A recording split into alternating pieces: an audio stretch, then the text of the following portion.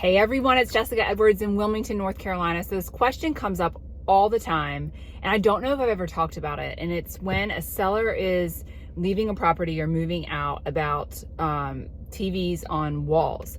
So in the state of North Carolina, I don't know every other state, but a fixture is something that's permanently attached, right? Or affixed. Like, it's not like a fixture isn't a painting hanging on the wall, but it is a TV that's somewhat permanently affixed by a bracket. The bracket is installed into the wall. The TV is hanging on it. So TVs specifically come up a lot. So when a seller is leaving, unless it's somewhere documented otherwise in the offer to purchase, you can remove the TV that's on the bracket, but the bracket is supposed to remain because that's what's attached to the wall.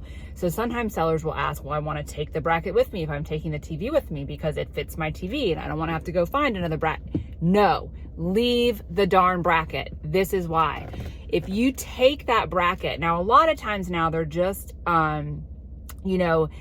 one hole in the wall where that bracket is hooked, and so you can just plate it and leave those cords because somebody else is going to want to put a TV in that same spot.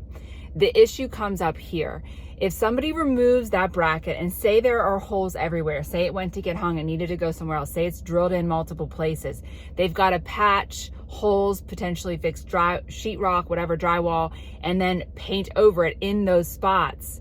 If you are then seeing that paint a different color, it could be your same paint, but if you've lived in that house for a while, that same can of paint might not show up on the wall exactly the same. And then you're going to have dots, where you've patched those holes, which is going to be a whole other problem and actually create a problem with the buyer.